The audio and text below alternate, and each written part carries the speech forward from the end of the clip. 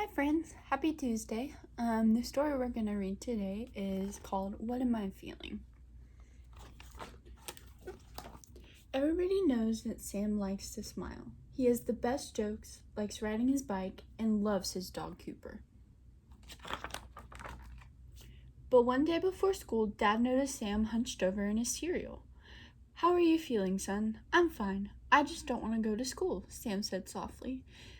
"I feel flippy in my tummy." "It sounds like you're feeling afraid," said Dad. "I don't know what I'm feeling," replied Sam.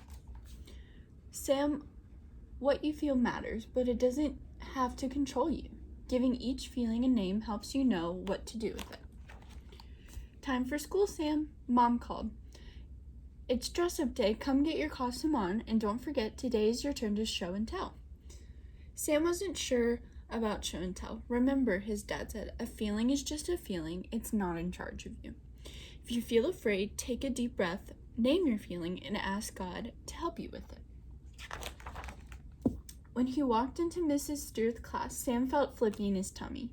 He felt stuffy in his head. He didn't want to talk. His cheeks felt hot and red. "Hi, Sam," said his best friend Hudson. "Hi, Hudson. I like your costume," Sam said quietly. "Isn't it awesome? Astronauts are my favorite." "I'm so happy today," Hudson said excitedly. Sam noticed that Hudson's feet were almost dancing and his mouth was one big grin. Sam then saw Alex in the block corner. "I'm a pirate," Alex bragged, "and I'm building the biggest pirate ship in the whole world. Ahoy, matey!" Then astronaut Hudson came zooming by, lost control, and crashed. "Oops, sorry, Alex," Hudson said quickly, and he zoomed off again. Alex clenched his fist, stomped his feet, gritted his teeth, and yelled, "I'm so angry. My pirate ship is ruined." Sophie had seen the pirate ship fall. "I'm sorry about your ship, Alex. Can I help you rebuild it?" she asked kindly. "No, Sophie, I don't want your help," Alex snapped angrily. Sam looked at Sophie and saw tears in her eyes. Her smile became a frown, and he knew that she was sad. Sam remembered what his dad told him. "Sophie," he said, "it's okay to feel sad. What you feel matters. Take a deep breath, name your feeling, and ask God to help you with it." "It's time for show and tell," called Mrs. Stewart. "Today it's Sam's turn to show and tell us about one of his favorite things." "That's not fair," Jeannie pouted. "When will it be my turn?" She crossed her arms and pouted her lips. "Jeannie," said Mrs. Stewart, "I understand you're feeling jealous, but you can't let your feelings control how you treat others." "How are you feeling, Sam?" Mrs. Stewart asked. "I feel flippy in my tummy. I don't want to talk in front of my friends." "Ah," said Mrs. Stewart, "you feel afraid. When I'm afraid, I take a deep breath and talk to God about what I should do with that feeling. Remember, everybody, a feeling is just a feeling. It's not in charge of you." "That's what my dad said," Sam smiles. He whispered a little prayer and bravely stood in front of his friends. "Today I'm going to show and tell you about my favorite dog in the whole world. Everyone meet Copper."